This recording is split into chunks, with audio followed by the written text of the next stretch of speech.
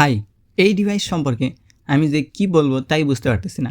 মানে এত জোস লাগতেছে, 40,000 টাকা বাজেটে এইরকম একটা ফোন আশাই করা যায় না।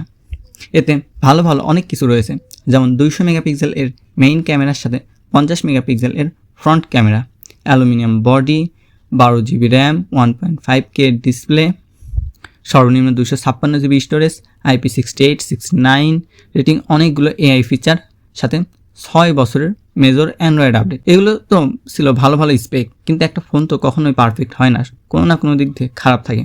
তো কমতি কী আছে এটা বের করার দায়িত্ব আমার। তো চলুন এর ভালো খারাপ সব বিষয় নিয়ে আলোচনা করা যায়। ভিডিওটি শুরু করার আগে আপনারা দেখছেন বিডি টেক জোন, যারা নতুন তারা প্লিজ সাবস্ক্রাইব করবেন, আর যারা পুরাতন তাদেরকে অসংখ্য ধন্যবাদ। এই ফোনটা 23 মে 2025 লঞ্চ হয়। এই ফোনের মূল আকর্ষণ ক্যামেরাতে। এখানে আপনারা পাবেন 200 মেগাপিক্সেল এর মেইন ক্যামেরা, যা 1.9 অ্যাপারচারের ওয়াইড অ্যাঙ্গেল লেন্স, সাথে থাকছে 12 মেগাপিক্সেল এর 2 অ্যাপারচারের আলট্রা ওয়াইড অ্যাঙ্গেল লেন্স। এখানে আলট্রা ওয়াইড অ্যাঙ্গেল লেন্স না দিয়ে একটা টেলিফোটো জুম লেন্স দিলে বেশি ভালো হতো। তবে ছবির কথা বলতে গেলে 200 মেগাপিক্সেল এর ছবিগুলো খুব ভালো লাগতেছিল, অনেক বেশি শার্প ছবি পাবেন। এর ছবিগুলো স্যামসাং এর এ সিরিজের কিছু ফোনের থেকেও বেশি ভালো, যেগুলো এই বাজেটে বা এই প্রাইসে পাওয়া যায়। ছবির dynamic range, colour, detail, highlight, balance অসাধারণ। ছবির কালারটা একটু পপ টাইপের, যা দেখতে বেশ ভালো লাগে। অবাক করার বিষয়, এর মেইন ক্যামেরা দিয়ে 30x জুমেও বেশ ভালো শার্প ও ডিটেইলে ছবি পাওয়া যাচ্ছিল। এর কারণ এই ফোনে থাকা AI ফিচার। 30x জুমে তোলা ছবি প্রসেস হচ্ছে, কিন্তু সময় নেয়, কারণ AI দিয়ে এই ছবিগুলো প্রসেস হয়।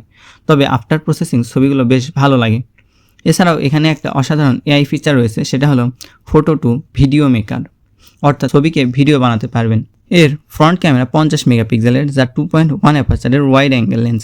এর ছবিগুলো বেশ ভালো ও শার্প লাগবে, বলতে গেলে ছবিতেই টাকা উসুল হয়ে যাবে।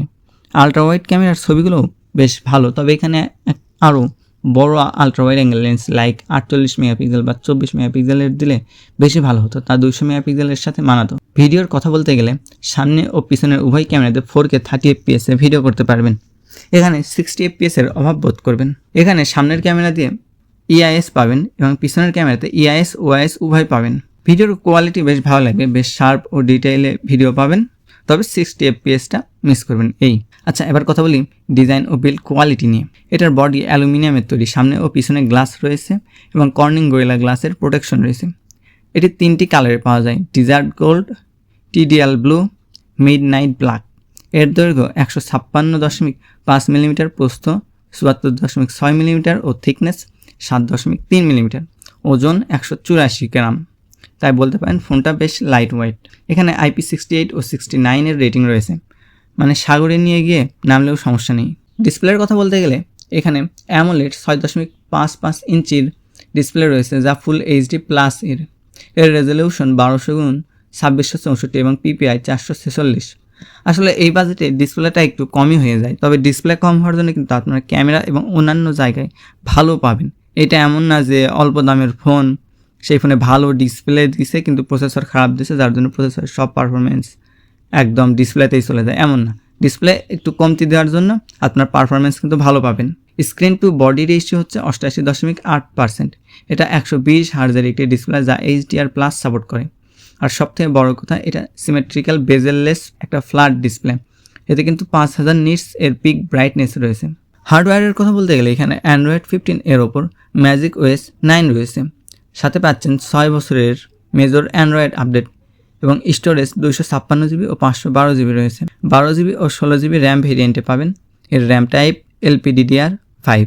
এখানে আপনারা পাবেন কোয়ালকম স্ন্যাপড্রাগন 7 Gen 3 চিপ। চাইনিজ ভেরিয়েন্টে কোয়ালকম স্ন্যাপড্রাগন 7 Gen 4 ছিল, এখানে ওইটা দিলে ভালো হতো, তবে ওইটার দাম আরও একটু বেশি, ওই ভেরিয়েন্টের দাম প্রায় 50,000 টাকা বাংলাদেশে। যাই হোক, এটা 4 ন্যানোমিটার এর একটি প্রসেসর। এর CPU এ রয়েছে Adreno 720। আর পারফরমেন্সের কথা বলতে গেলে আপনারা সবাই জানেন এটা কেমন পারফরমেন্স। যদিও 5 থেকে 6 বছর আগের প্রসেসর, তবুও এই বাজেটে পারফরমেন্স বেশ ভালো। এই চিপ দিয়ে আপনি সবগুলো গেম হাই সেটিংসে খেলতে পারবেন। তবে আমি বলবো আপনারা হাই সেটিংসে না খেলে বেশি স্মুথ পারফরমেন্স পাওয়ার জন্য গ্রাফিক্সটা একটু কমিয়ে দিয়ে 30fps এ ভিডিও গেম খেললে তাহলে আপনারা স্মুথ পারফরমেন্স পাবেন। এখানে 5300 mAh এর একটি ব্যাটারি রয়েছে আর 66 ওয়াটের ফাস্ট চার্জার রয়েছে। চার্জারটা কিন্তু বক্সে পাবেন না, 5 ওয়াট এর রিভার্স চার্জ সাপোর্ট করে। এর ব্যাকআপ বেশ ভালো পাবেন। হেভি ইউজিংয়ে একদিন অনায়াসে চালাতে পারবেন। আচ্ছা, এখন অন্যান্য বিষয়ের কথা বলতে গেলে এটা 5G একটা ফোন, এতে কোনো মাইক্রো এসডি কার্ড স্লট নেই, ওয়াইফাই 6 রয়েছে, GPS, NFC, infrared protection, lighter sensor, proximity sensor, accelerometer, compass, gyroscope sensor রয়েছে আন্ডার ডিসপ্লে ফিঙ্গারপ্রিন্ট সেন্সর।